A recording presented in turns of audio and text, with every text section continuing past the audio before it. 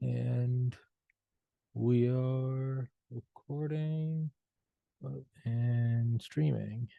Recording, streaming, and screen recording on Wednesday, October 25th, 2023 at 2:31 p.m. Eastern Time with Mr. John Cullen, who's you've been on here what 3 4 times before. We've gone over, last went over Vegas shooting. We went over PNI, the pandemic within the pandemic.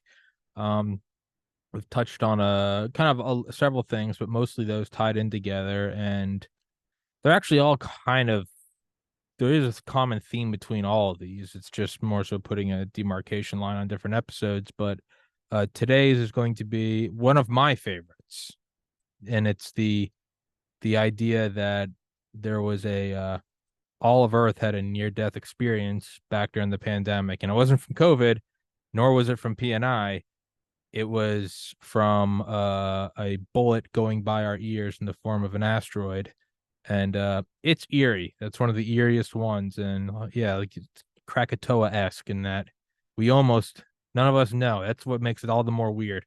None of us even knew, but I'm gonna post the live link right now. Mr. Cullen, could you please? And guys, if you go in the description, you can go find his YouTube channel. It is in the description. So is his Twitter. I'm banned from Twitter and YouTube, so I can't be there. But he's fighting the good fight over there. Mr. Cullen, could you please introduce yourself while I post the live link? Sure, sure. Well, thanks for having me back, Tommy. It's great Yes, sir. to be with you again. I'm John Cullen, and I am a full time investigative journalist. And the reason I'm incognito is because the first big case that I worked on was the Las Vegas shooting, which Tommy and I have had a chance to talk about. And in that research, I end up naming names of people that appear to have been connected with the Las Vegas shooting. And these people turn out to be the heads of Saudi intelligence and or former heads of Saudi intelligence that have access to, we'll say, resources. And so that's why I'm incognito, is to try and avoid the same sort of outcome as Salman Rushdie, right? He got stabbed in the eye, right? I'm trying to avoid that. So hence the hat and the glasses. So I apologize for the incognito thing. So I did most of my work on the Las Vegas shooting. Along comes COVID. And quite frankly, I fell for the narrative hook, line, and sinker. I was living in Thailand at the time of the Las Vegas shooting. And that's one of the reasons why I was kind of watching it, because it was midday for me. That it was happening at 10 o'clock, 10:15 at night in Las Vegas. And 10 o'clock at night. Is Las Vegas on LA time or Denver time? I forget if it's Mountain or LA. I don't know which time zone It's it's a good, in. But it's a good but question. it was yeah, but it was 10 p.m. Las Vegas time, and where I was in Thailand, it was noon. So as this whole thing was unfolding on Twitter, on Facebook, on Drudge Report, all the everybody's posting stuff. It was the middle of the day, so I'm watching it and all that. Well, we get to um, the COVID thing, and the story's all wet market. I I used to shop in wet markets. I used to buy all my groceries there. It was right down the street. Hop on my motorbike, head down to the wet market, and it's as fresh as can be. I mean, the fishermen are right there. You've never seen pork until you've seen it butchered right behind the counter. I mean, it is wild. It's like a whole different way of doing it. So to me, this notion of a virus coming out of a wet market, yeah, I just Yeah. like I see eels and turtles and ducks, and they're all right next to each other. It's like, yeah, I can imagine all kinds of viruses. So I fall for the narrative hook, line, and sinker, and I do a podcast every Friday with Jason Goodman, Crowdsource the Truth. So we do this podcast, and Jason says to me, I don't know, man, I'm not buying this narrative. This is something seems weird about this. Can you look into it a little bit and scratch the surface? All right, so I check into it. And it turns out that Johns Hopkins was using that mapping system that I built at Oracle 35 years ago. And I take one look at Hong Kong, Shanghai, and Beijing, and there's not 10 people dead in any one of them. And I look at Vietnam, and there's nobody dead. And I look at Laos, because these are all the neighboring countries to China. And I live in the region and or lived in the region. And I'm looking and I'm saying, well, if there's not 10 dead in Hong Kong and there's not 10 dead in Shanghai, there's not 10 dead in Beijing, and nobody's dead in Vietnam and nobody's dead in Laos. What the hell is everybody panicking about? I don't get it. What's going on here? Well, I guess it was April 3rd or April 4th. Jason and I have an old friend of ours on the show as a guest, a guy named Shepard Ambellis. I don't know if you've ever had Shepard on your show, but if you haven't, oh my God, he's a riot and he's a legend. So Shepard Ambellis is the guy who started IntelliHub. And back in the day, and I mean like 10 years ago, IntelliHub was like it. This was, you either went to Infowars.com or you went to IntelliHub.com to find alternative news or the alternative narrative. If you heard a story and you weren't quite buying the front page version, you would go to Infowars, you'd go to IntelliHub, and you'd kind of get a different take on the story. And so I used to go there all the time. Well, Shepard Ambellis starts publishing my videos, like links to my videos on YouTube on IntelliHub. And as an independent journalist, I mean, that's like hitting the big time. Yeah. You know, it's like nowadays, you know, what he did then, publishing my work, would be like getting on Joe Rogan now. You know, if IntelliHub published your stuff, it was legit in the alternate narrative world, right? And so he was posting my stuff, and I didn't know the guy, and I'm living in Thailand. And so he ends up sending me like a comment on one of my videos. We end up doing a Skype, and I'm in Thailand. I'm sitting on the beach in Thailand with my laptop, Skyping with Shepard Ambellis. I mean, Shep's been on Alex Jones' show, I don't know, 20 times. I don't know the number, but you know, he's on all the time. So Shep comes on our show. Right, so now I've known him a couple years. He's published my stuff. We kind of became buddies over the years. As, you know, we worked together on a couple shows. And I've been on his radio show. So he comes on the show with me and Jason. And he says, guys, something's up. I don't know, what the hell is he talking about? You need to have him on the show. Now that I'm telling you this, you have to have him on, because the way do you hear Put this? me in touch with them. I'll have them on. Oh, of course I will. I'll give you Yeah. and yeah, it'll be great. So he comes on the show and he tells us, guys, something's up. He said, the military is moving equipment all over the country. Now, this is April.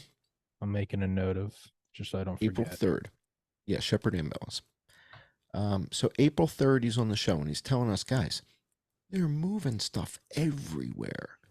And he shows us a video that, you know, somebody took from a camera phone of like a railroad cars going by with like troop mover trucks on the railroad. Like they were moving like, you know, hundreds and hundreds of troop mover trucks on the railroad cars. Like, where the hell, what's going on here? What are they doing?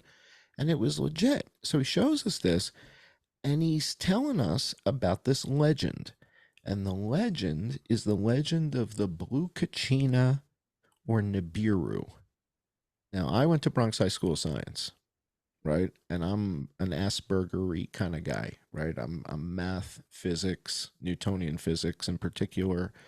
And as soon as you start getting into the world of unicorns and granola, you start losing me, right? So I'm very math-driven, Bronx High School of Science kind of guy. So he starts talking about Nibiru and the Blue Kachina. And I'm like, what the hell is Shep talking about? And I don't say this out loud, but I'm sitting there thinking, what the hell is Shep talking about? Well, he's telling us about the Blue Kachina, Nibiru, blah, blah, blah, blah. And it turns out that at the beginning of COVID, there was a comet called Atlas C19. It was inbound. It was kind of weird. C19. I'm like, all right. So I'm like, you know what? That's Shepard Ambellis. You know, that's Shepard MF.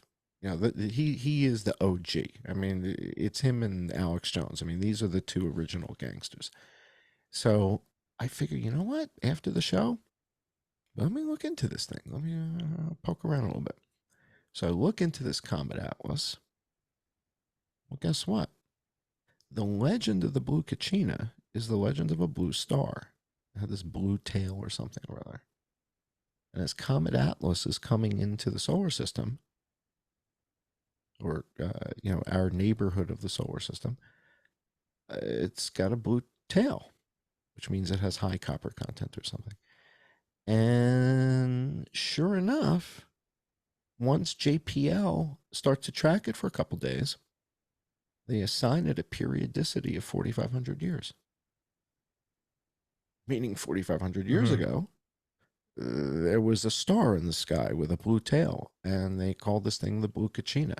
So sometimes these legends are based in observable science. Oh yeah, But Haley. it's not till the thing comes first, it's not till it returns, then JPL gets its paws on the thing, Yeah. that you can say, "Ooh, remember that story from Yeah. 4,263 years ago? Guess what? This thing was here 4,263 years ago."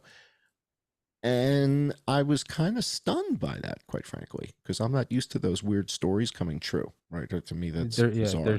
there's still like a supernova, sorry to interrupt, from like the 1400s or something.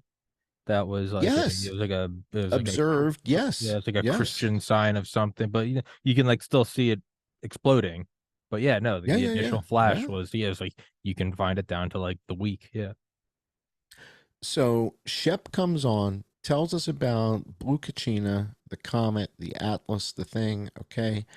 And he said, it's kind of weird. I had a sense, I had a feeling that the government might develop a plan that if in fact there were some sort of comet asteroid type event, that they might use a pandemic to cover it up. And again, he said it was just kind of like a hunch, and it was something I started thinking about, talking about. And next thing you know, people were kind of creeping me out and seemed like I was getting followed. Okay, I don't put a whole lot into that, but all right. So I start doing the research, and I look past Comet Atlas. I was okay, well, what the hell else is out there? And on April 28th, the basically the day after, I found the treasure trove of evidence, to the extent that I sent an email to Laura Ingram and I said, "You've got to see this and we need to talk." I will say Now, proudly, I know I just yeah, interrupted again because I'm a terrible host. When you started talking about this the first time, I don't know which episode it is, but it is out. I can find it. It was just back there, and then I was like, "What is this?" And bioweapon. I was like, "That's nuts, too low hanging." I was like, "Depopulation." I'm like, "It's too in your face," and I kept going. It's me and a buddy going back and forth, and it finally was like, "Everyone's inside and not outside. Does it have something to do with aliens or asteroids?" And he was like, "That's nuts." I'm like, "That's my best shot." So you nailed it. not to toot my own They horn, but wanted everybody off the not roads. to toot my own horn, but sorry, keep going. So again, it's having that sense. I mean, this is what Malcolm Gladwell talks about in Blink, right? Yeah. That's Oh the yeah, whole that's a essence of fucking great Blink. book. Yeah. Fabulous. So that's the essence of it. So sometimes your your gut reaction, that which your intuition is telling you, is a good place. And for example, with Shep was close enough for horseshoes, close enough for hand grenades. It turned out it wasn't Comet Atlas 19. That wasn't the problem. Atlas broke up, and Atlas's trajectory was going inside of Mercury. It's nowhere near us. Okay, so but it got me looking in the neighborhood. It got me poking around JPL, and it got me poking around something called the Sky Live. So he comes on the show, he drops all this stuff on us. My head is spinning from it, spinning, right? The cognitive dissonance, right? We're there to talk about the election and the election interference and what's going on, because they were recounting the votes or something at that time. So he comes on and tells us they're moving, the military's moving stuff all over the world. And it's not really about a virus, it's about a comet. I'm like, what the hell is he talking about? But I look into it. Holy mackerel.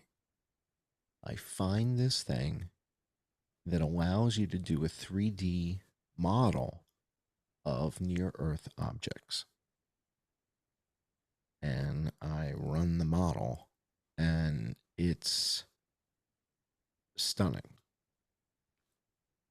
I had been introduced to Laura Ingram just 2 weeks earlier, 10 days earlier, for the first time. We had talked on Skype, I guess, for an hour and a half, 2 hours, about the pandemic, the fact that there weren't 10 dead in Shanghai, there weren't 10 dead in Hong Kong, all that map related stuff. And the fact that influenza was devastating America. That 4,000, 5,000 people a week were dying. And I couldn't understand why that wasn't getting any attention. Nobody wanted to talk about 4,000 people were dying a week of influenza, and COVID just showed up a week or two ago, and everybody's freaking out. What about the 100,000 we got dead from influenza? Why doesn't that matter? So all this is happening, and I'm thinking, oh my God, I find this thing with the asteroids, this 3D animation thing. I recorded on my screen, and it's like, I just met the woman 10 days ago. I don't want to use my silver bullet. In other words, I can reach out and contact her, but I prefer not to if I don't have to. And it's 10 days later, 12 days later, whatever it was. It was April 28th. And I think the first emails we started going back and forth directly were April 18th. So it had been about 10 days of back and forth emails with her. And then I find this, and I'm like, holy mackerel. Shep wasn't just right. He nailed it. He just got the rock wrong. In other words, wrong rock. Other than that, yes, nailed it. So now I've got the data, and the data is from JPL. It's from NASA, Jet Propulsion Laboratory, Pasadena. This is no joke. This is no conspiracy theory. I had on that And and I've got the 3D simulation animation thing, and I got it. So I send her a message, and it was a weekend. It was Saturday or Sunday. As I said, I got to send you something. We got to talk. Now, I've got her cell phone number. And I said to her, I'm never calling you. I'm never calling you. That's not how I do it, right? It's not how I operate. So I sent her an email. We need to talk. I got to send you something. I send her the video that I recorded, the screen recording I did of the 3D thing.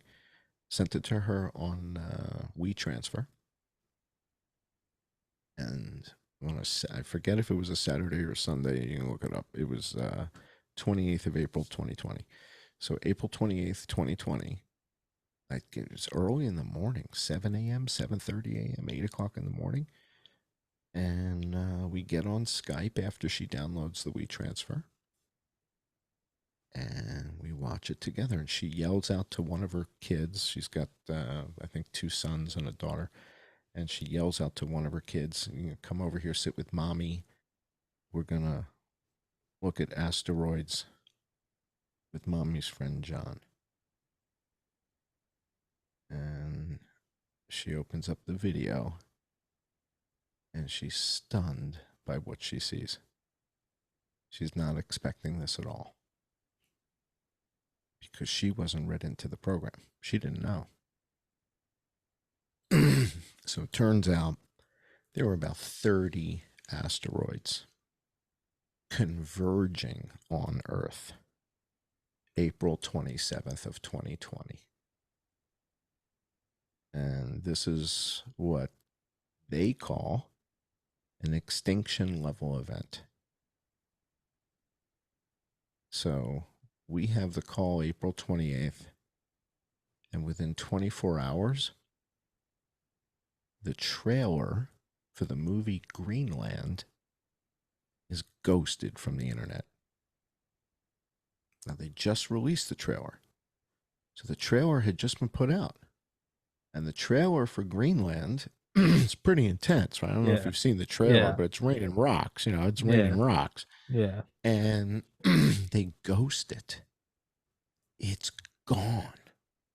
So you know how there's like websites that talk about movies and stuff, they review films and, Variety and, Yeah. there's a million websites. Everybody who had a link to the trailer is now a gray, that gray box that Yeah. shows up when the video is gone. Jeez. It's like it's ghosted. And this happens like a day or two after she and I have this conversation and I show her the stuff. So I start sending her, screenshots of that. I said, why the hell are they ghosting the Greenland trailer? Greenland trailer. What the hell's that about? That was weird. Well, she has the video. She watches it with me. She's kind of stunned because the convergence happened the day before I found out about it and the day before we talked about it. So now it's, apparently its coast is clear. So it's now April 28th. May 1st, we start dismantling the field hospitals. 2 days later, 3 days later. Whoa, whoa, whoa, whoa, whoa, whoa, whoa. April 27th is the convergence of all these asteroids. April 28th, I see it, record it, show it to Laura Ingram privately on a weekend. A day or two later, the Greenland trailers are ghosted. And now, April 30th, 2 days later, April 30th, the USS Comfort departs New York City. Hmm. So Laura says to me, are we safe? Is it over? And I'm looking at a simulation that I pulled up on theskylive.com of JPL data looking at all these asteroids converging on Earth, right? And you see it happen. And she's asking me if we're safe. And I'm like, as safe as, you can tell. Sure enough, on May 5th, 5 days after they gave the all clear, one of the closest asteroids in history whizzes by Earth and misses only by 4,000 miles. So it goes inside the geosynchronous satellite distance, which is 24,000 miles. So this passes at 4,000 miles, meaning could have taken out the ISS, could take out the Chinese space station. So comes in 4,000 miles, flies by.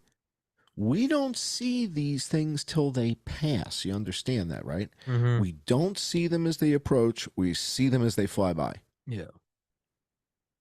President Trump flies out to Honeywell in Arizona to thank them for making masks on May 5th.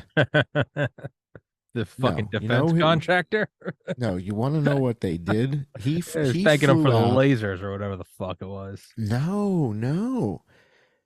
The guys who found the Oh, okay. asteroids, Yeah. Okay. Yeah. Mount Lemmon. It's Mount Lemmon in Arizona. So it turns out that it's the Mount Lemmon Observatory that keeps finding these asteroids. And the one that they found on May 4th or May 5th, it's like Trump flies out like the next day. Now, I don't know if it's to thank them or to tell them you need to shut up. We appreciate what you found, but let's explain what's going on here. You guys don't know the full story. We're going to downplay this stuff, right? We're going to blow up Arecibo, right? So everybody, we're going to read you guys into the program a little bit. I don't know, but the fact that we've got this nearest asteroid in history flies by, and he flies out to effectively the Mount Lemmon Observatory the next day, and then they call it a trip to Honeywell to thank him for making masks.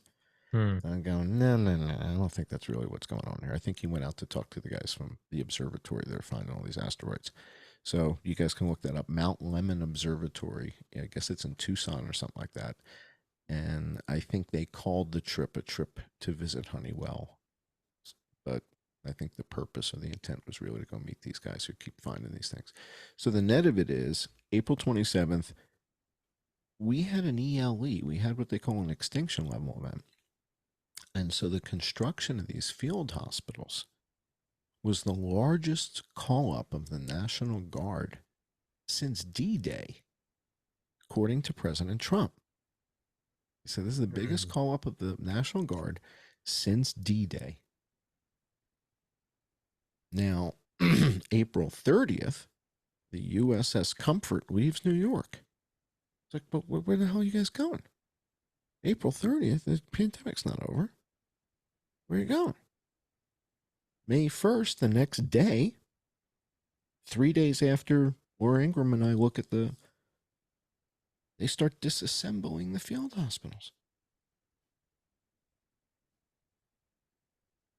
It's like, the pandemic's not over. What are you guys doing? Pandemic just started. Why are you putting the field hospitals away?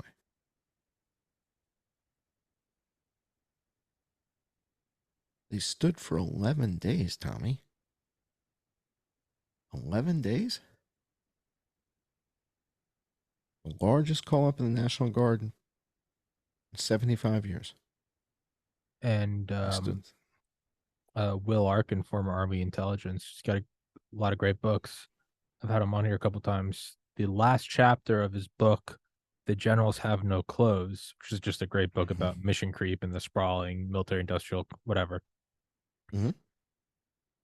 Not even on 9/11. It was the Cuban Missile Crisis, and I think April 2020 are the two times they closed both, because there's two in a row at 90-degree angles. The Vault doors doors of at Cheyenne. Cheyenne Mountain.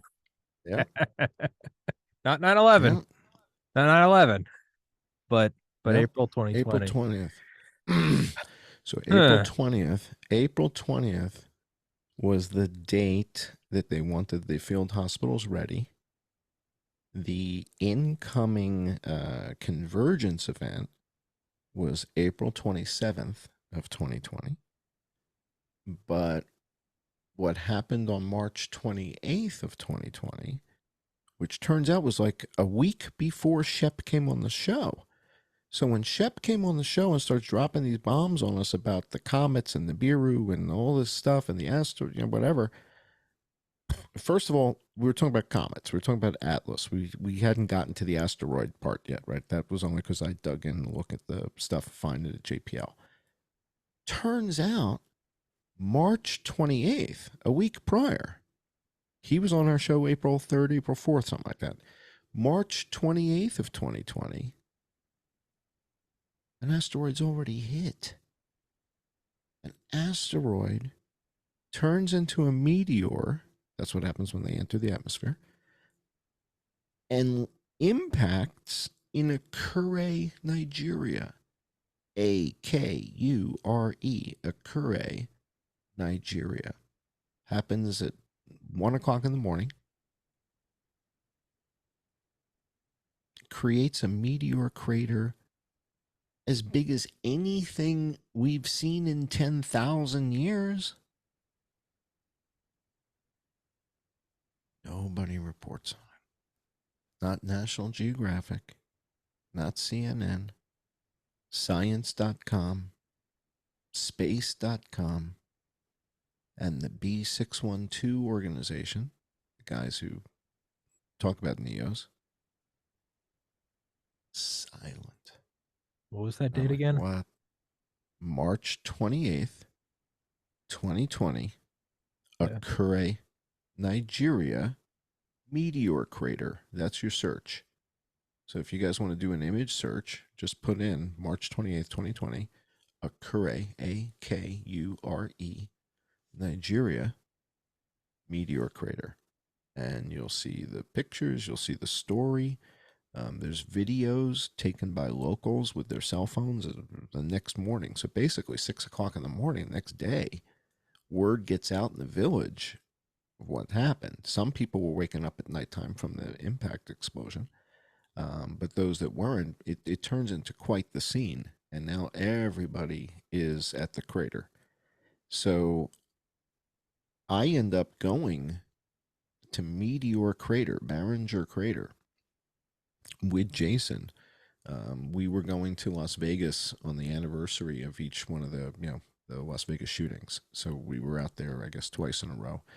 And after we did one of those October 1st shows, Barringer Crater, I don't know, it's 4 hours away, 5 hours away, something like that. So we said, let's head out to the crater and learn what we can about it. So we went out there. We went out to Barringer Crater and we got an education and we spent the day. We did a show out there and learned about what happens when meteors impact the earth and what happens to the meteor, what happens to the earth, what happens to the soil, what the different parts of the meteor crater represent and what they indicate. And sure enough, it's like you learn something about it. So we go to this Barringer crater, learn about that impact. Then you look at the crater in Nigeria, and it's clearly an impact crater. I mean, this is not a truck bomb or anything. There's no truck bomb crater this size anywhere. You can't find a photograph of a. In fact, you can't find another crater this size on Earth that was made in the last 10,000 years by anything other than like a nuclear weapon or something. I mean, it's massive, massive crater. So, and a bunch of geologists go out there, measure it with a drone and whatever, and they start telling you the angle of the thing, and it came in at 40 something degrees, and it came from that way, and it pushed here, and your ejector's over there, and they figure it all out. But how did that not become a story? In other words, you see story after story after story about asteroid the size of the Empire State Building to come close. NASA tracking an asteroid to and you're like, well, if I just do a quick search for asteroid, there's thousands, tens of thousands of stories in the news about near miss asteroids. So if one of them hits in Nigeria and makes a crater the size of a house, Yeah, why would it where's the not be story? news? Yeah. Yeah, well, why would it not be news unless you were expecting 20 or 30 more of them? And that's exactly the story. On March 10th, everything changes. March 9th, March 8th, President Trump says, COVID. Come on. It's like the flu. Get the hell out of here. He said, I just spoke to President Xi. I just spoke to him. He says everything's fine. Send my love to Walmart. No problem. 2 days later, we're declaring a national emergency and all 50 states close the doors in Cheyenne Mountain. Close the doors in Cheyenne Mountain. Turn this thing over to FEMA. What the hell are you doing? General O'Shaughnessy was running the gun. I don't want you to know this, but General O'Shaughnessy, the head of NORAD, the guys inside Cheyenne Mountain, were actually in charge of the government. I don't know when they turned that off, but they turned it on March 13th, Friday. And there weren't 100 people dead from COVID in America. And there weren't 10 dead in Hong Kong. And there weren't 10 dead in Shanghai. And there weren't 10 dead in Beijing. I go, what the hell is going on here? They were actually sealing off teams within Cheyenne Mountain, like within the thing that's already sealed off. They were putting them in these separate hermetically sealed rooms. So they had blue teams and gold teams. So there's a story. I forget if it's Newsday. No. Newsweek. I think it might be Newsweek or Time Magazine, or did a story on this continuity of government and how they were putting my this in favorite place. topic ever. Yeah. right? And they're putting FEMA, and Mm-hmm. it's going to go to FEMA, and the emergency is going to get declared, and in the event, no Shaughnessy, and you're like, what the? It's a respiratory infection. If there's not 10 people dead in Shanghai, how are you guys? What are you talking about? Continuity of government. Where's all? I'm looking at the map, and I'm going, where's all the dead people? Wuhan. I get it. A lot of dead people in Wuhan. I get it. It's not 5,000 yet. Why don't you guys? You want to freak out? Maybe when we get to 10,000. We don't have 5,000 dead in Wuhan. So where's all the rest of the dead people? And I can't find them. And the only places I can find lots of people dying from COVID miraculously eradicated influenza. Oh, I'm not buying that. So it's looking more and more as if the field hospitals, which stood for 11 days, and the ship, the Mercy, the Comfort, whatever the names of these Navy hospital ships, they had nothing to do with COVID. And quite frankly, if you watch the videos I've done and the news stories from back then, they told you that. They said, we're building the field hospital here at the Coors Center, whatever the hell it's called. Now, this is for overflow, Tommy. This is in case the existing hospital system can't handle the surge. Don't bring your COVID patients here. This is in case we have a surge and we can't handle the surge. But I'm looking at how many people are dead. I said, but if there's not 50 people dead in New York, what are you doing? Yeah, those things remained not just the ships, but yeah, outside of New York City. Okay. So then everybody's like, yeah, but they had the morgue trucks. Yeah, because if one of these rocks hits and they think they got 20,000 dead, they're going to need to put 20,000 barbecued somewhere. All right, so we're going to need some trucks. Hence, you got the refrigerated morgue trucks that stayed empty. And everybody's like, oh, it was a charade. Oh, they were trying to scare you. No, it wasn't a charade. You're just not looking at the right data. How often do you check JPL? Probably not that often. And if you check JPL, you'll find that on April 27th, 2020, it looked like it was going to be raining rocks.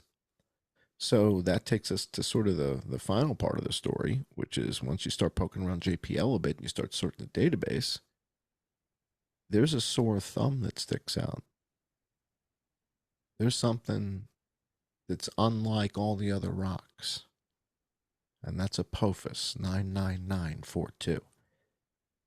And Apophis 99942 jumps off the page at you, and I never even heard of the damn thing, right? Never heard of it, right? All this Nibiru, Blue Kachina stuff was just a bunch of horse shit to me. Mm-hmm. Next thing you know, I'm leading the charge. I'm reporting and breaking stories about the closest asteroids to pass Earth in history at 4 a.m. Like I get up in the middle of the night and I check JPL and I'm like, holy shit, that's the new closest asteroid to pass Earth in history. And it's 4 o'clock in the morning. I can get a video together, get it uploaded to YouTube by 6:30 a.m. And I'll have this in, like, this will be 7 a.m. New York time. Like, this is going to be the closest asteroid to miss the Earth ever in history. Nobody knows this. It's 4 o'clock in the morning. Nobody's looking at 4 a.m. and reporting on. So those are the kind of stories I'm breaking. And you start to look at the numbers on this Apophis. So Apophis 99942, first of all, is massive. It is huge. It's the size, it's as big as the Eiffel Tower, but it's round. So imagine a rock that if you set it down would be as tall as the Eiffel Tower. That's how big it is. The rock that made that crater in Arizona, that Barringer crater, meteor crater that we visited, was the size of 2 school buses. So take 2 yellow school buses. They made a crater there that is so freaking big. You can't imagine how anything within hundreds of miles survived that. And that impact was 50,000 years ago. So since then, the only other craters we know of that were like 10 or 12,000 years ago were on Greenland, Mm. and they're covered by the ice cap, so we can't even see them. Yeah. There are no other major meteor craters that are comparable to this one in Occurre in the last 10,000 years. And yet there's no coverage of it. This is March 28th. So the fact that Shep comes on the show tells us all this. He doesn't even know about the thing in Occurre. And it's his, like, he's the guy who figures this stuff out. I'm just the guy who comes up with the list of the actual rocks, right? I just go to JPL and say, oh, holy shit, he's right. It's this one, this one, this one, this one, this one. And there's 30 of them, and I get the animation and pull it all together. But it was his vision, right? So he deserves the credit for this. So the Apophis thing, though, is jumping off the page at me. I'm like, well, what the hell is this thing? A, it's huge. B, their projections are it's coming within 24,000 miles of Earth. Again, that's geosynchronous. That's way too close for comfort. The only asteroids I have any interest in, by the way, are the ones that are inside what they call 1 LD, 1 lunar distance. If it's any further than the moon, it doesn't get my attention. But a lot of the stories you see online and a lot of the stories you see, it's about 3 million miles, 2 million miles, 1.5 million miles, and then one actually hits and nobody covers that. You know what? You think What's that the was moon? interesting. What's the moon? 250,000? What's that? The What's moon? the moon? 250,000 miles. Yeah. 250,000? All right, so they're Yeah. covering shit 250,000 12 miles. times as far as the moon, but they're not Yeah. covering direct Oh, hit. yeah. 3-4 million. One of the stories was about 1998 OR2. 1998 OR2 is 4 million miles away from Earth when it passes. And that's a story. And we got one that lands on the side of the road in Nigeria, and you don't think that's important. Very interesting. Was another news story in the 90s, Levy Shoemaker 9, the one that hit Jupiter. That's not even our Yes. planet. Yeah. Yeah. And Levy is, so he's an amateur astronomer. He's also a telescope designer. And you can get telescopes that he participated in the design of. He's kind of well known in the astronomy world. It's interesting. A lot of these NEOs are discovered by amateur astronomers doing astrophotography, and they're taking a picture of a nebula, and there's a thing moving across the photographs, and you're like, well, what the hell is that? And it's not in any of the computer systems, not in any of the charts. And it's like, holy mackerel, a dentist in Wisconsin discovered this NEO. I think Neil deGrasse Tyson said, sorry to interrupt. I think he said that the annual global investment in cataloging these objects is less than the money it takes to run a McDonald's franchise for a year. Yeah. It's a disaster. But they've been investing in it. Like there's this huge new telescope in the Atacama desert that they just did. That's phenomenal. But a lot of stuff was happening at the beginning of COVID that was weird. They shut down all the big telescopes, and Arecibo fell apart, it imploded, right, and all that. So it's kind of strange. It's like, well, why are they closing all the what's it called where they do all that stuff with the telescopes up on the top of the mountain with the big, what's it called, steady observatory. They closed all the observatories like all over the world. And it was like, well, why is that in the news? And why are they making special attention to that? That seemed odd. Apophis 99942, 24,000 miles from Earth, April 13th, 2029. You got 5.5 years. DART, the double asteroid redirection test, was where we shot, I guess it's rods, or we crashed the whole damn thing into it, right? We crashed all satellite into it. Oh, yeah. This Didymos asteroid. The whole purpose of DART has to be to move Apophis. Apophis is the problem. Now, the other problem here is something called the 3 body problem. You're Mm-hmm. familiar with the three body problem? So the three body problem for a long time was considered one of the really challenging mathematical paradoxes that nobody could figure it out. And just a few years ago, mathematicians solved the three body problem. Now, the three body problem is how gravity interacts with three different objects in space, meaning each object has a gravitational effect on the other two objects, and so on and so on, and vice versa. And calculating that in a formula was something that mathematicians couldn't do. And I don't know, was it 3, 4, 5, 7 years ago? The Nobel Prize in Mathematics was awarded to the mathematicians that solved the three body problem. That's three objects. You know how many asteroids there are out there?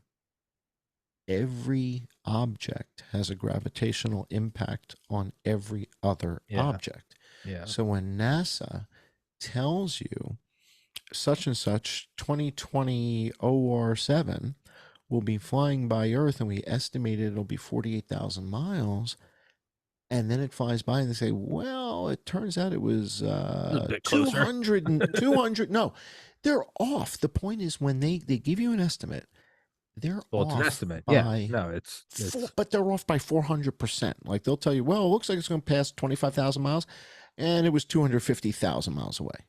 It's like, guys, you're yeah. off by a factor of 10.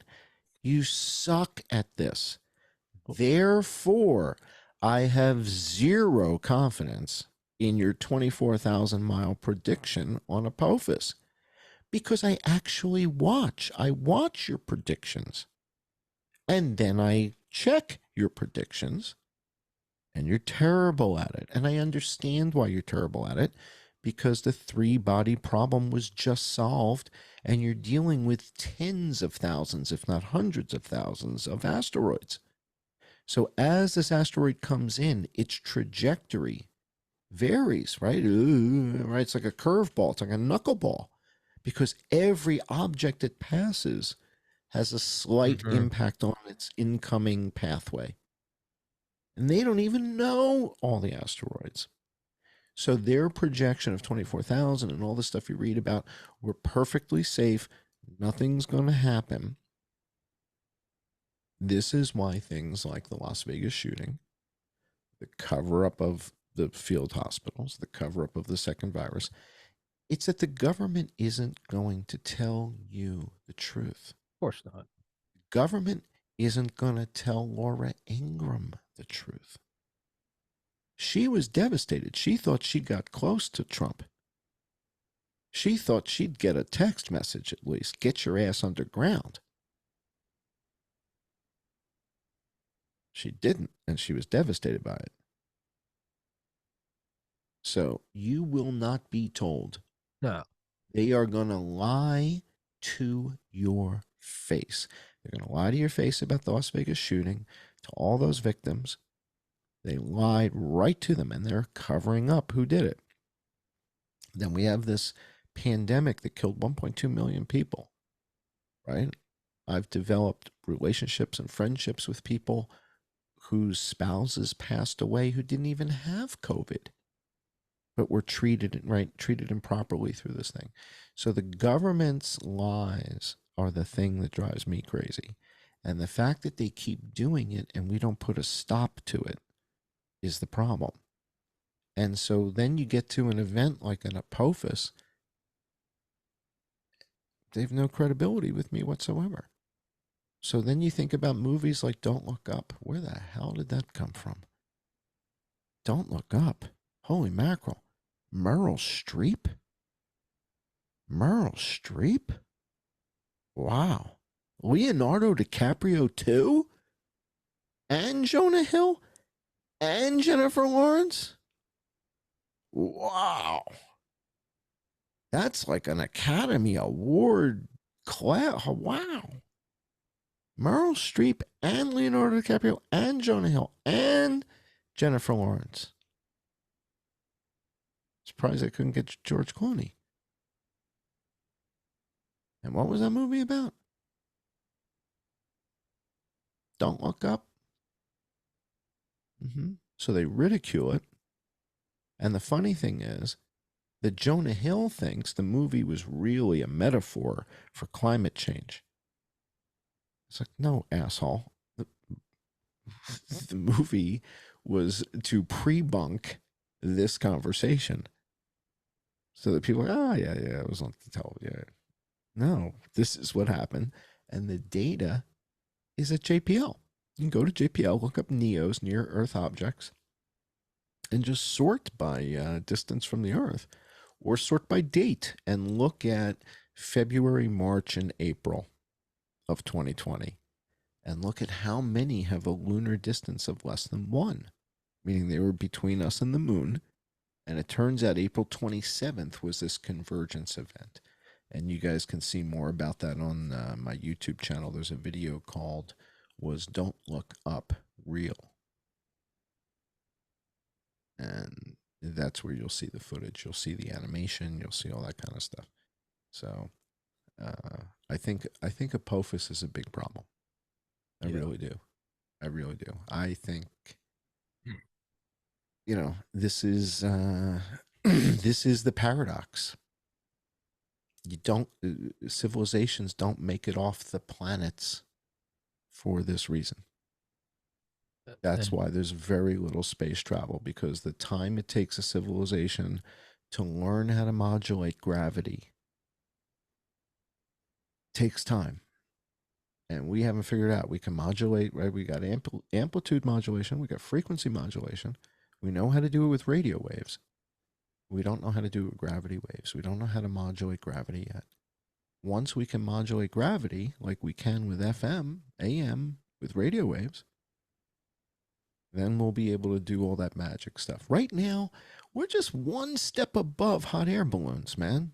We're still, the difference between an F-18 and Kitty Hawk is horsepower. It's the same. It's the same. It's technically the same thing. It's refined, but that's the difference. I mean, it's the same principle. We're flying through an atmosphere with a thing. Come on. It's iPhone 1 and iPhone 15. Yeah, they're both touchscreens. They're just you got to be looking at the Tic Tac stuff, and you got to say, no, dude, I need to be able to go from air to water. Right. Well, that's what I'm kind of looking at. That's what I'm kind of looking at now. You need to be able to modulate. So there's patents on it. Jason found some patents on gravity modulation already. So, we discovered the gravity waves recently, right, in the last 5 or 10 years. Now guys are already working on gravity modulation. So it's coming, but if it starts raining rocks, and in 5 years, if this thing hits, if Apophis hits, that's the paradox. It happens again and again to civilizations all over the galaxy, all over the universe. They get to a certain level, and chaos, baby. It's all chaos. So I think we came close. I think probably Thomas Edison's repression of Tesla's technology probably jeopardized the entire civilization. But other than that, Mrs. Lincoln, what do you think of the play? I loved it. I was going to say about Laura Ingraham. So, Continuity of Government, probably my favorite book is Raven Rock by Garrett Graff, Graff. It's all about continuity of government, continuity of operations, enduring constitutional government. It's a fucking incredible book. I've probably listened to it 10, 15 times. I've had him on here. That's not the point. In it, talk about I don't know what they were filming, The West Wing or something. I've never seen that show, but they're talking about, and someone they had on The West Wing, on the set, who was contracted, whatever, was one of the press secretaries for, I think, Bill Clinton. I don't remember the Clinton. I was born in 90. I don't remember it. But point is they go into the book, and Mr. Graff talks about it, and they're like consulting, they have set design people, you have experts, right? You want the whole realism factor. And and they're talking about in like West Wing, whatever, I don't know, the scene where there's like a helicopter lands on the golf course, and Mr. President, there's a missile inbound, and everyone knows that, and they pick him up, and but when it starts landing at the White House, Marines get out with guns, and everyone runs up, and they all start taking out their card, and they're like, gold threaded, holographic, just all these like security measure shit on it to make sure you can't Mm-hmm. duplicate it. And the woman who was Bill Clinton's press secretary goes, guys, it's a little too fantastical. There was someone who was also on this set who was hired by the whatever production company who was a bit higher up than her, who was actually in like the National Security Council. Mm-hmm. And he goes something along the lines of, he goes, whatever her name, we'll call her Susan. He goes, Susan, I'm sorry, honey, but you just weren't read in. And she had no idea. And like Laura Ingraham, she was really hurt. She goes, but I knew Bill and Hillary. And they were like, Right. you weren't, you try to get on that Yeah. chopper, you're going to get shot dead. So that's just an interesting thing. But so back to the critical thinking cap that led to me and my buddy talking about asteroids early on in the pandemic, probably around April, May or so of 2020. Mm-hmm. I'm just trying to put on like what's our thinking cap. So if we took all the the meme where it's like all the shit on the board and you got the strings and you got the crazy Mm-hmm. face, like Mm-hmm. so what are all the factors we have, right? Got Space Force, okay. You got one of the ideas of Apophis and asteroids has always been to paint it. Apparently, if you paint it with like a highly reflective paint, when you're out there with zero other interact, I mean, obviously, like you said, the three body, everything's interacting, but you're not in an atmosphere and you're not on a planet. Even just a light paint or a paint that will evaporate under heat will equal an opposite reaction, will slowly push an asteroid. And when you're 5 million miles away, just that little Mm-hmm. tiny push, Mm-hmm. that adds up. You might be Oh enough to do yeah. that. The idea of you don't necessarily want to hit it with you don't want to hit it too hard because you could turn it into a shotgun. You don't want to just punch through it.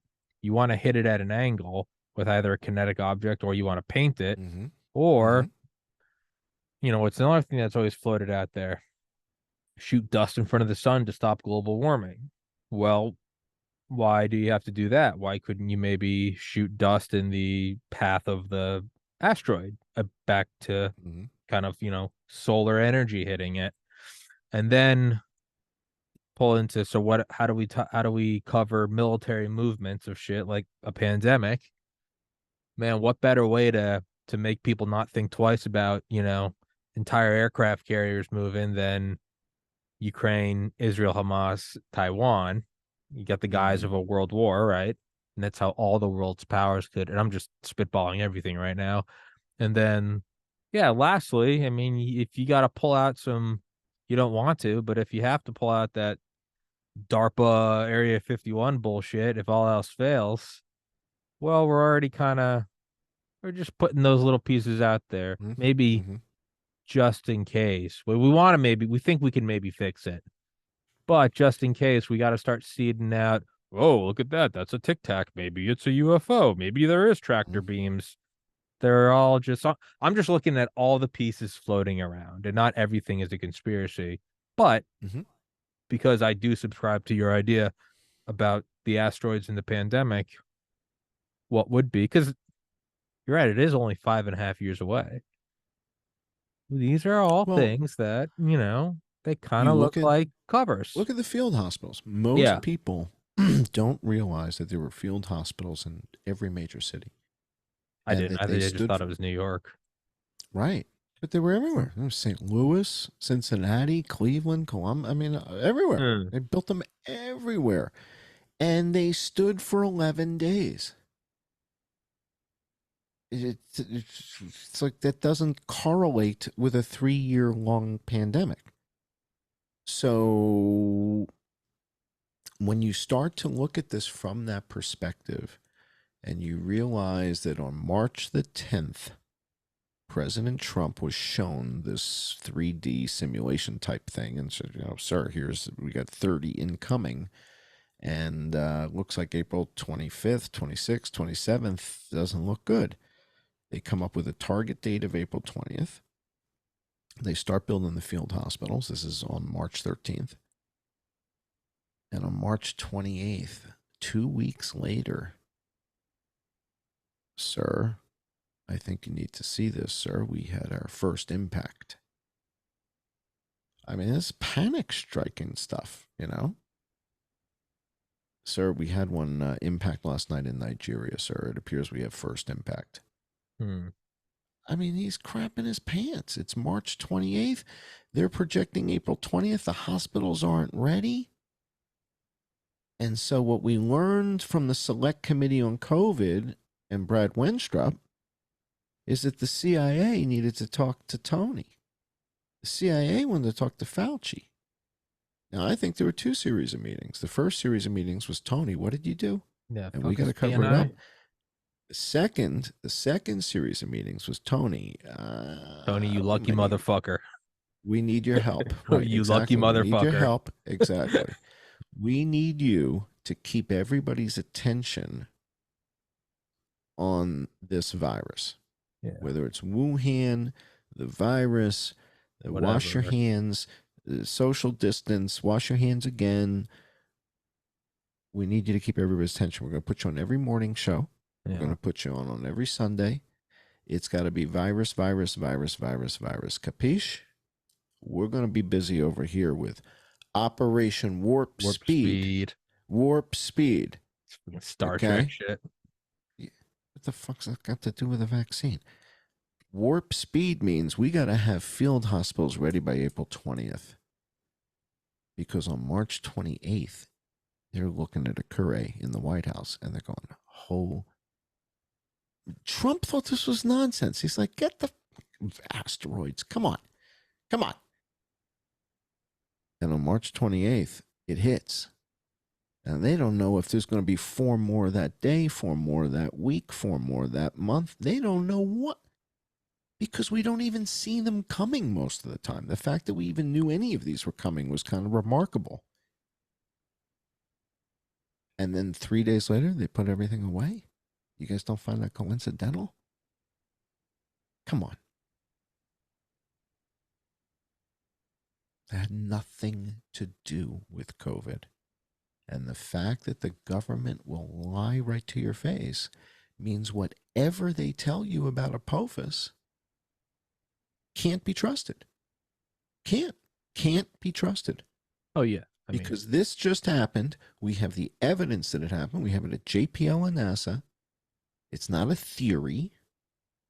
Whether or not you feel that the field hospitals were for problem A or problem B, that's a judgment call. But the fact that April 27th, there was a convergence of NEOs, that's not a theory. That's data. You can see it. You can see the simulation. You can see the list of NEOs that came past the Earth. I mean, there's no question this happened. The question is, did they build all these field hospitals under the guise of it was for COVID overflow, but it was really for the asteroid extinction level event type impact stuff? And it was Shepard Ambellis who had this vision that these two things were connected. And I thought it was, nuts. It's like, what the hell are you talking about? And it all worked. It's like, what are you supposed to say when you do the research and you pull up the numbers and you pull up the charts and you're like, oh my God, there's 30 to 40 of these things here. It's JPL, it's Jet Propulsion Laboratory, it's NASA, it's data. It's not a theory. So when you realize the extent to which, like you said, Cuban Missile Crisis, I don't know if they told, I don't think they told their spouses. No. There's a famous account of, I don't know who it was. Maybe it's Zbigniew Brzezinski. Mm-hmm. There's the error at NORAD. It said 2 missiles are coming, then 22, then 222, and then 2,222. And it was because the zeros were being replaced with twos. But when they found out, I think it was Brzezinski gets the call. It's like secure phone. And he's like, well, like continuity of government's already, it's always in place. It's just like, you don't need the president. You don't technically, there's so many layers of whatever. Mm-hmm. Mm-hmm. And he goes, well, he's laying in bed next to his wife.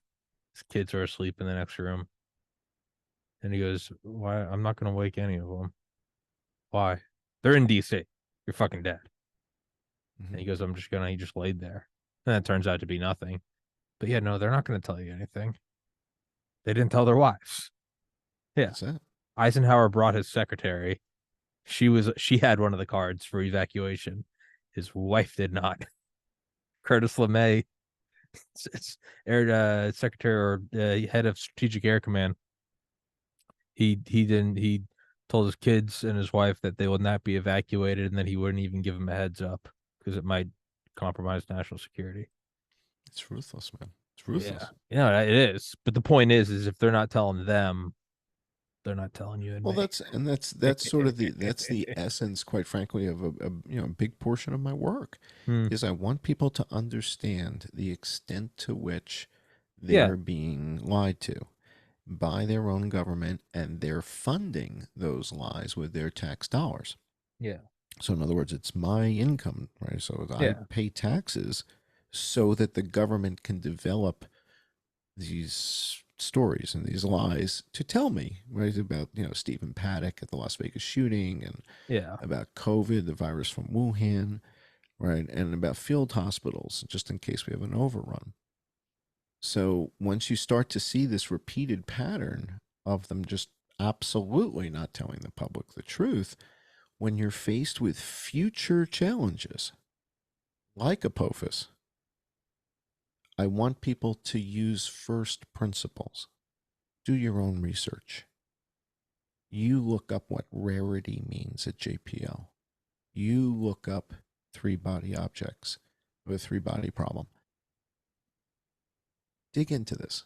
See, is there something to this? Do your own research, right? And you may be surprised. I was. Again, when Shepard Embellish dropped this stuff on us, I was like, what in the world is he talking about? But that's Shepard Embellish.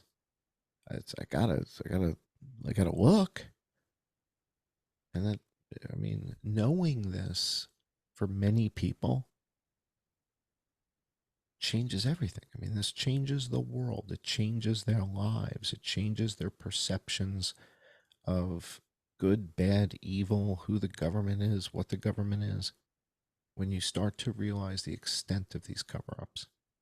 So, I hate to be the bearer of no, bad news, no, but I prefer the truth. And the fact that we're using our tax dollars to lie to us is just yeah. It's remarkably absurd. no, I'm with you. It is important. It's like when you like learn a new piece of history, and then like you very quickly forgot that just a month ago you didn't know it, right? I don't know if that ever happens, but I'll be Right, learning. This morning I just finished a book about Woodrow Wilson, and I already find myself like correcting people like a douchebag, and I'm like, what am I doing? Like a week ago I didn't know this shit, but right, right, right. I have to go back just a couple of years in the life of this podcast. How I forget that like my mindset now of everything you're saying is in my mind. I'm like, yeah, no shit. The government's lying to you about literally everything. I Mm-hmm. have to remember like 2 years ago, even I thought there was like some Mm-hmm. limitations. Like, no, no, man. I forget who it might have been Ed Snowden, but he goes, you have to just reframe the meaning of national security. What that means is the state elites, you should reframe it. You should say, you know, the Washington bigwig security. Don't call it national security. That's what it is. And then all of a sudden that allows you to go, oh, so that's what national. So we have to Right. classify this national security. No, that's a bunch of really rich and powerful guys saying this Well, is it's in my very, security, right? Don't look at it as U.S. Look at it as oh, he it's and I agree. Yeah, yeah, no, yeah, Edward and I agree completely. yeah. And on Twitter, when you're not on Twitter anymore No, because sir, you've been a very bad boy. I have been. But all right, so Twitter does this thing where if somebody else is checking out your work, it'll recommend that you follow them. So, for example, like Brett Weinstein is checking out my work, it'll say you should follow Brett Weinstein. Nice. Just about every day, it recommends that I follow the NSA, and I don't mention them in any of my tweets. I don't bring them up. I don't talk about them. I don't mention them. I don't follow them. I don't go. I don't look at any. Zero interest. And just about every day, Twitter recommends I follow the NSA. my rub is with the NSA because they're quite frankly up my ass. I'm sure I've got Pegasus on my machine and all that crap. Yeah, Thank God I'm not a pedophile, or they'd have caught me a long time ago. So, that doesn't matter. well, You will there's be if that. they But want you to be. yeah, yeah. Well, They'll fucking nobody's zap gonna. that shit right Yeah, on your phone. yeah. Well, the women in my life will testify that ain't the case, and Yeah. there's plenty that'll testify. So the net of this is they're out of their minds. They consider me a threat to national security because I expose the truth about the Las Vegas shooting, the truth about these pandemics, that there were two pandemics, and we had to cover up this thing for Fort Detrick and all that. To them, that's a threat to national security.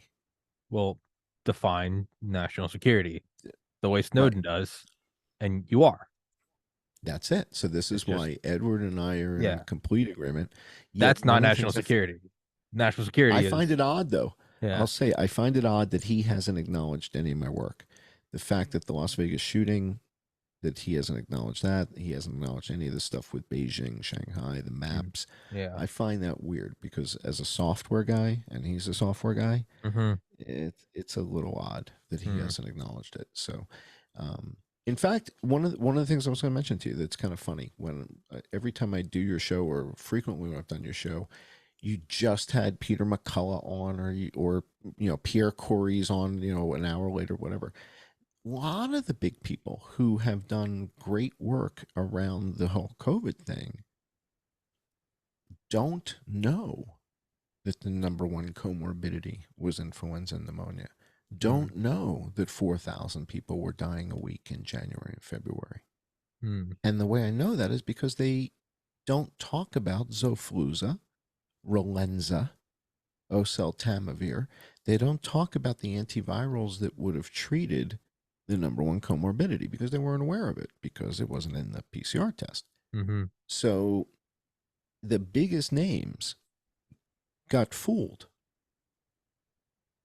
The biggest names in the business didn't realize what was really happening. And somehow, miraculously, this hydroxychloroquine and Zithromax and vitamin C and vitamin D and the combination of all the stuff and ivermectin were effective enough to stave off this other virus. Nobody knew that. They didn't even know that these people were co-infected with two viruses because the second virus wasn't in the PCR test. It's the coroners and the medical examiners that are figuring out that the people have the PNI. That's where it's coming from. So many people have been deceived by this. It's remarkable. Even the biggest names Mm, have been deceived by it, right? So it's an interesting perspective, and based on what people do for a living, what they have at stake is pretty remarkable, right? Right? Some of these physicians lost patients, and if those patients were co-infected with a second virus, and that virus was hidden from the doctor purposefully, mm, and so therefore the doctor didn't prescribe what in other words, if the doctor knew you had two infections, if they swab your nose and the results came back and it said, hey, guess what, Tommy, you got COVID and it appears you got H7N9, we're going to give you Relenza and ivermectin. But that didn't happen because this virus that caused all these deaths wasn't in the PCR test. That's how you hide it. So for the physicians realizing that, when somebody tells you, guess what, you got fooled, and all those people that died could have been saved potentially if you hadn't been fooled, dude, that's an earth shaking. yeah, That'll shake you right to your core. that's gonna fuck you up. Mm-hmm. And there's legal ramifications for that. Absolutely, there Is are. that? But Is that I would, malpractice? Is that but negligence? I. Yeah. So this is the thing. I would come forward as an expert witness and explain how physicians have been absolutely deceived. And it's not malpractice. If the physician doesn't know you have an affliction because it's purposefully hid from you by Langley, Oh well, yeah, how no, the heck? they're a victim too. That is Yeah, exactly. no, And I get so, what you're saying. right. So what I'm saying is the people who think they should be suing the doctors really should be suing Langley or US Amrid or Fort Detrick. And this is where the guys at the NSA consider me a national security threat. Hmm. It's like, no, this is the truth. This is what journalists do. And we're supposed to do it to keep you lunatics in check. And if the NSA thinks that's a threat to national security, they don't understand what the First Amendment's about and the reason for a free press. They don't get it. You gotta reframe that definition of what is national security. It's Indeed. and I mean, I'm a 33-year-old shithead. None of these doctors need me going to bat for them. In terms of why they haven't picked this up or talked about it, I've found in my experiences with them, they're all hyper intelligent in their field. Mm-hmm. Like, you know, like I doubt maybe, maybe I'm making this up. I doubt Tom Brady maybe knows how to make eggs. Something Mm-hmm. like that, where you have someone I'm who's an sure you absolute, can. yeah, right. It's something like, or he just makes the best eggs ever. Fuck that guy. But my point is they're hyper intelligent in their field. What I've also found, and I have had the pleasure of meeting with some of them. I actually got to meet Dr. McCullough, and I got to go meet Alex Jones with him. And this Mm-hmm. was like New Year's Eve, 2021. So going into 2022. Mm-hmm. And this is just me. I've interviewed him a million times, but like the one time I actually got to meet him, I remember we were like in the conference room or whatever that Alex Jones has, and I'm just geeking like, oh, Alex Jones is here, Peter Mm-hmm. McCullough is here, and I'm talking Mm-hmm. nonstop like a fucking freshman in high school. I remember at one point Dr. McCullough looks at me and he's like, "You gotta be quiet," and I was like, "Oh," and but he had a stack of papers and a high, and Yeah. I think he saw that. Actually, I was wearing this sweater. I think he saw that it kind of crushed me, and he goes, Uh, so he looks at me again and he goes, and he's got the stack of paper and a highlighter.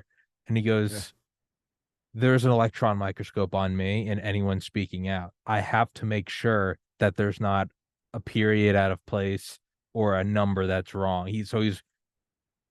My point of saying again, not that they need me to go to bat for them, and obviously I'm not saying that's what you're saying. That might be the other thing is they're so airtight that it's just like I will not speculate because you mess up once and they throw you to the dogs. I have no idea. Again, they don't, Oh, there's no doubt. they don't need me to, you know, It's a defend them. phenomenon. There's a phenomenon called the spiral of silence. And the spiral of silence was documented by a woman named Elizabeth Noel Neumann, Neumann, like the microphones. John And von Neumann. I don't know. I think it's Elizabeth I was gonna say I Neumann, I just know think. their name. That's the hydrogen Yeah, bomb. yeah, Sorry, go on. yeah, yeah, yeah, yeah. So she documents this thing called the spiral of silence, which is social pressure within professional fields or what have you to be silent. And as you just kind of cited, there's a lot at stake. We've seen a lot of Mm, these guys have lost their careers, have lost their sure. positions, have lost their jobs for speaking out. That's another reason why I'm kind of glad I chose this incognito approach. Whatever career I did have would have been wiped out for sure. Right? So it seems that the ad hominem attacks are par for the course. They just go right after you. Like, oh, well, this guy was been divorced 4 times and he's got 2 kids with this girl and 2 kids with that girl. So how could what he has to, how could this Yeah, possibly be true? yeah, And it's one of the reasons why I kind of enjoy this incognito thing now because it's not about me at all. yeah. It's It's about about the the data. yeah. Yeah, the No, fair data. enough. Fair enough. Go to JPL, right? Go look at the data and you'll see exactly what the hell I'm talking about. So it allows me to not ask people to rely or depend on my credibility. I like that. I Uh, don't trust that me because I'm smart. I went to MIT or some nonsense like that. That's so what? yeah. I could be wrong, right? A lot of guys who went to MIT are wrong all the Right. time. Yeah. Guys who went to Princeton are wrong because you know how we know this, because they can't always be right all the time. Yet we treat them as if they are, and that's kind of the problem. So in this persona, I get to confront big shot people and say, no, that's not what the data says. That's not what the data shows. You're wrong. Many of them don't get to hear that often, don't like hearing it, right? So that's why I'm not really that popular, Sure. right? You say Because that, I've yeah, got your data. YouTube channel has like triple my podcast. No, but again, I'm talking about you've Yeah, I got know. I know. people who are afraid to say, well, wait a second. You mean I was kind of doing this, and there was nobody dead over here? It's like I got fooled. I got conned. Nobody really wants to. Right? Mark Twain said that, right? It's easier to fool Easier to people fool a than it is man to than to give it. convince them they've been fooled. Yeah. Right. Yeah. No, So that is nobody wants to admit that they got conned. And I'm here to tell everybody you got fooled by the best in the business. This was Langley at their best. This is that the best cover up Langley's ever done. There's 7 million people dead, and nobody realizes it's because of Fort Detrick. Nobody gets it. Nobody understands that. Very few people. So this is the best cover up they've ever done. This is their best work. I Remarkable. I have found one thing in this podcast that been forced to learn is by having all these episodes up here with my stupid Irish face running my mouth about shit I don't understand is I can't go back on stuff now and take it back. So my point of what I'm without going into a long winded is you don't realize just how heavy it is to have your own ego prodded at. Even if no one would fall, even if you went, I believe a code at the Mm-hmm. beginning, dude. I was like, oh fuck, we're done. It's the end. Yeah, man. It's not. There's no good way to go. I was wrong, and I have a biology degree. Like it's You know what it it. is? It's ego and self esteem. Somehow, I was raised, I don't know what my parents did, but I was raised in a manner that I had strong self esteem. And so saying I'm wrong and admitting that I'm wrong to me is like not a big deal at all. It's like, oops, I screwed Well, up. I thought this was a helicopter, but it was really a jet. yeah. Let me show you where I screwed up. Here's why I screwed up. And no, that's not a helicopter, it's a jet. And to me, that's not a big deal at all. Well, At all. that's something I've learned through the show is this big boogeyman of I don't want to be wrong. Once you do it once, twice, 10 times, you go, I was wrong. You start to realize nobody faults you for that. Right. You just go, Yeah. you go, Nobody. I thought it was this, here are my political biases, and I thought this, and I interviewed that guy, and I look back on it now and I go, oh my God, why did I? And Yeah. anyone with half a brain and half an ounce of maturity would look at you and go, yeah, man, that's good on you. You admitted you're wrong. But I'm with you. That's been a hard It thing to also learn shows a is, process. It shows a process. It shows, like, for example, I like telling people that at the beginning of COVID, I fell for the oh wet yeah, market thing, hook, hook, line, line, and sinker. ah, I totally fell for it. fucked me. Yeah, I'm not Mr. Super Genius who figured this out on day one and said, "Oh, there's a cover up from Langley. yeah, They probably have another virus." Come on. yeah. So admitting that there's a certain degree of humanity here, right? There's a certain right. We're all have our flaws. I fell for this thing, hook, line, and sinker. Then, upon seeing new evidence, right? So this is availability heuristic bias, right? We don't know what we haven't seen yet. Hmm. And everybody's got an opinion. Oh, they did that. Oh, they did that. Oh, it's just this. Oh, it's just, oh, it's, you haven't seen enough evidence to formulate an opinion yet. So just cool your jets, right? So you look at all this new evidence, you're like, oh, I thought it was this, but I didn't know that. I didn't know this. Now that I know this and I know that, right? Once upon a time, I sent my daughters out to get all kinds of vaccines. Gardasil for Hmm. HPV and all that stuff. Now I know Dr. Judy. Makovitz. Now, wouldn't be, now I've got an 8-year-old daughter. She ain't getting any more of that stuff. Is Vero monkey kidney cells? SV40? Thanks, but no thanks. No, no. They've already done enough damage to her. So, The you learn things as you go through life, right? I don't even consider myself anti-vaccine now. And I've got a, highly autistic kid. mhm. And I don't consider myself highly, I'm not anti-vaccine. Show me an mRNA vaccine that cures glioblastoma. I'm all in. I Sure. love it. Right? You can cure that with an mRNA thing?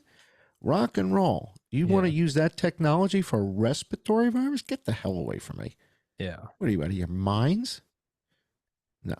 So, life is complicated. April 2029 is going to get real complicated. We got 5.5 years to. I'm going to try and get some justice. I'd like to see some justice for a Las Vegas shooting. I'd like to see some justice for what happened with COVID. And, that's what I'm dedicating the next 5 years of my life to.